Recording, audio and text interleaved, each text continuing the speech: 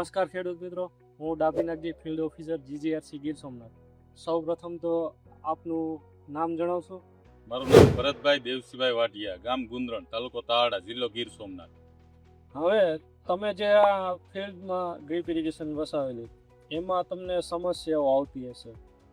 માનો કે તમારા ડ્રીપમાં ડ્રીપ ક્લોગિંગ ખાવાના પ્રશ્ન રહેતો હશે.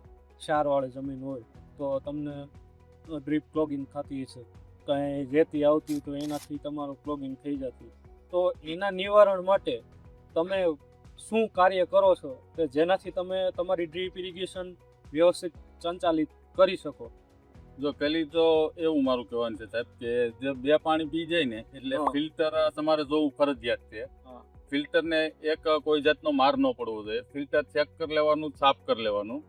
પછી બીજા ઓલામાં એ છે કે જ્યારે અમારો પાક પૂરો થઈ જાય છે ત્યારે અમારે ઓલું લિક્વિડ એસિડ આવે એ ચડાવી દઈએ એટલે એક પણ ડીપરમાં કોઈ પણ કચરો ન રહે. અમારા એક સારની ક્ષમતા બહુ છે, જરાય પણ સાર નથી રહેતો. પાછળ નળીને ખુલ્લી કરી નાખો એટલે એકદમ નળી સાફ થઈ જાય.